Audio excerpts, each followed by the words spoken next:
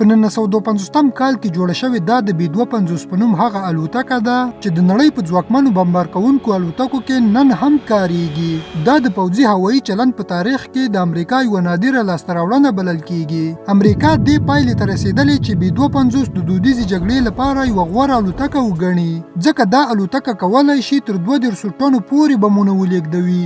د بي52 بمبارۍ ډېرې زورورې او ویرونکې وي، ځکه دا الوتکه په یوه ماموریت کې لسګونه ټنه بمونه غورځولی شي او په لنډ وخت کې یوه پراخه سیمه تر سخت بمبار لاندې راولي. له همدې امله یې غږ او چاودنې ډېرې ډارونکې ګڼل کېږي. یوازې دا نه بلکې له هوایي تیلو اخیستلو پرته 14200 کیلومتره واټن وهي. د دې الوتکې د عملیاتو لګښت هم ډېر ټیټ دی. په 2000 کال کې د طالبانو پر ضد د جګړې له پیل سره سم امریکا په افغانستان کې د بي52 الوتکو څخه د بمبارۍ لپاره کار واخیست. په لومړیو میاشتو کې له دغو الوتکو څخه لوی شمېر بمونه واچول. وروسته په 2020 کال کې هم د امریکایي ځواکونو د وتلو پر مهال بي52 الوتکې کارول شوې وې. خو په اوس وختونو کې هغه هیوادونه چې قوي هوایي دفاعي سیستمونه لري د بي52 الوتکې دا ستره اندازه په اسانۍ سره هدف ګرځولی شي.